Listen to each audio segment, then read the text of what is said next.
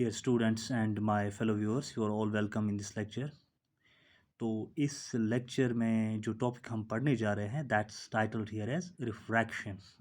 अभी तक हमने रिफ्लेक्शन के बारे में पढ़ा, उसके बाद हमने स्फेरिकल मिरर्स के बारे में पढ़ा, साइन कन्वेंशंस के बारे में पढ़ा, image formation by concave and convex mirror के बारे में पढ़ा, और उसके साथ साथ हमने कुछ रिलेशंस भी पढ़ी related to the spherical mirrors and the numericals based on those very relations. So in today's topic, I am going to discuss with you that is here refraction of light.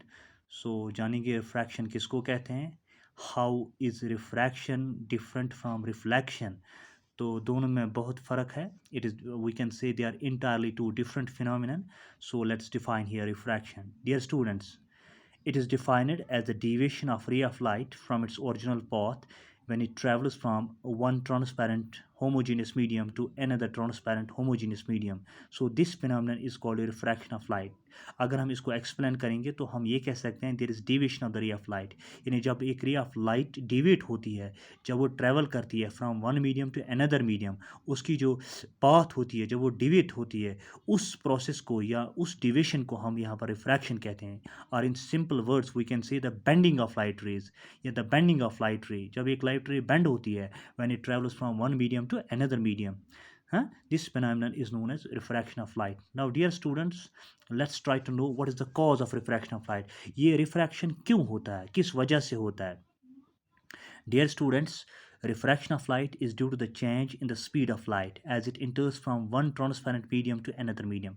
Refraction इसलिए होता है क्योंकि जो light की speed होती है जब ये एक मीडियम से दूसरे मीडियम में जाती है, when light travels from one medium to another medium, there is change in the speed of light, or we can say there is change in the velocity of light. In light की जो velocity है, light की जो speed है, उसमें change आता है. So there is a change in the speed of light, or there is a change in the velocity of light. That's why the refraction of light takes place. That's why the bending of light ray takes place.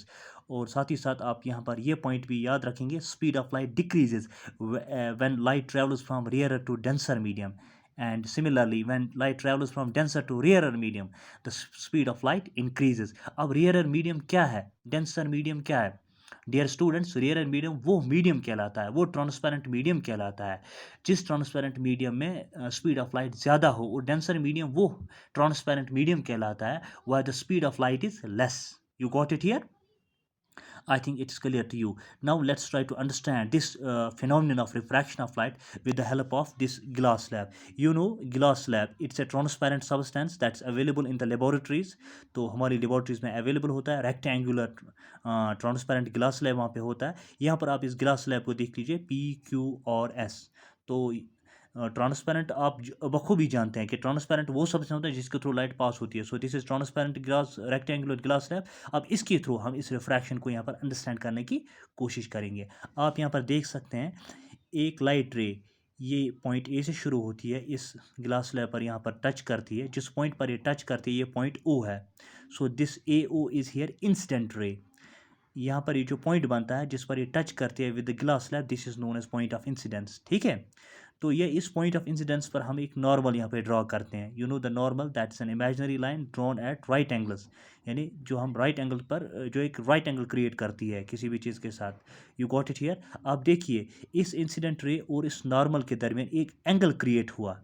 So this is here known as angle of incidence, क्योंकि आपने पहले ही पढ़ा था reflection में angle created by incident ray with the normal is angle of incidence. यहाँ पर भी बिल्कुल है, वही सेम है. यहाँ पर एंगल ऑफ इंसिडेंस क्रिएट होता है क्योंकि उसके बाद जब ये रे ऑफ लाइट जो एयर के थ्रू पास, जो एयर के थ्रू आ रही थी, एक मीडियम से आ रही थी, अब इसको दूसरे मीडियम ग्लास में इसको जाना है. अब आप देख लीजिए ये जो रे ऑफ लाइट है ये जब ग्लास के अंदर इंटर होगी तो इस तरह जाएगी, थोड़ा बेंड होके जाएगी, डिवेट हो जाएगी इसकी पाथ. अगर इसकी असली पाथ देखेंगे तो इस रे ऑफ लाइट की असली पाथ ही है, इसको यहाँ से जाना था. लेकिन जब ये एयर मीडियम से आके ग्लास मीडियम में जाती है तो ये थोड़ी सी यहाँ पर बेंड होती है, यानी डिवेट होती है. अब जो रे यहाँ पर ये बेंड हुई, दिस इज रिफ्रैक्टेड रे. जिस तरह हमने रिफ्लेक्शन में बोला था जब लाइट रे वापस आती है तो उसे हम रिफ्लेक्टेड रे कहते हैं. यहाँ पर हमें क्या कहना है, जब ये रे एक मीडियम से दूसरे मीडियम में जाती है तो बेंड हो जाती है. So this is here refracted रे. सिमिलरली यहाँ पर एंगल ऑफ इंसिडेंस बना था नॉर्मल के साथ, तो यहाँ पर रिफ्रैक्टेड रे और नॉर्मल के दरमियान एक एंगल क्रिएट होता है, उसको हम बोलते हैं एंगल ऑफ रिफ्रैक्शन. वहाँ पर हम कहते थे रिफ्लेक्शन एंगल ऑफ रिफ्लेक्शन, और यहाँ पर हमें कहना है एंगल ऑफ रिफ्रैक्शन.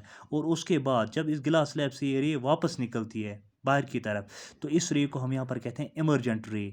तो यहाँ इमर्जेंट रे और नॉर्मल के दरमियान एक और एंगल क्रिएट होता है जिसको हम बोलते हैं एंगल ऑफ इमर्जेंस। और यहाँ पर ये जो आप देख रहे हैं, this is glass slab which is a denser medium than the air. Air से जो गिलास है, गिलास डेंसर होता है, जो एयर होता है that's rare medium. So air में स्पीड ऑफ लाइट ज़्यादा होगी, इस गिलास में कम होगी। अब आप यहाँ देख लीजिए, जब एक रे ऑफ लाइट रेयर मीडियम से आती है और जब वो डेंसर में जाती है तो वो बेंड होती है टुवर्ड्स द नॉर्मल, यानी नॉर्मल के नज़दीक हो जाती है। और इसी तरह जब एक रे ऑफ लाइट डेंसर मीडियम से निकल कर बाहर की तरफ यानी रेयर मीडियम में आती है, that moves away from the normal, वो नॉर्मल से दूर हो जाती है, मतलब दूर जाती है। ये आपको यहाँ पर याद रखना है। So this is about the refraction of light with the help of a glass slab. यहाँ पे आपको थोड़ा सा ये कंसेप्ट क्लियर हुआ। हमारे सामने बहुत सारे फिनोमेनन जैसे rainbow, that's an example of refraction light. या हम पानी का गिलास लेंगे, उसमें हम स्टिक डालेंगे तो स्टिक हमें मतलब टेढ़ी दिखेगी, that's also the phenomenon of refraction of light. जिस तरह हमने रिफ्लेक्शन में लॉज ऑफ रिफ्रैक्शन पढ़े थे, और यहाँ पर भी कुछ ऐसी लॉज हैं जिनको हम बोलते हैं लॉज ऑफ रिफ्रैक्शन। वहाँ पर भी दो लॉज थे, यहाँ पर भी दो लॉज हैं। So dear students, there are also two laws of refraction. पहला लॉ क्या हमें कहता है, here the incident ray, refracted ray and the normal, they all lie in the same plane. यानी इंसिडेंट रे जो है और ये रिफ्रैक्टेड रे है और ये नॉर्मल है, ये सारे एक ही प्लान में आते हैं। तो इट इज़ वेरी सिंपल, थोड़ा सा सिमिलर लगता है with the laws of reflection, लेकिन दूसरा लॉ डिफरेंट है। दूसरा लॉ हमें यहाँ पर कहता है the ratio of sine of angle of incidence and sine of angle of refraction is constant, that is sine i by sine r is equal to constant n. This is also called Snell's law.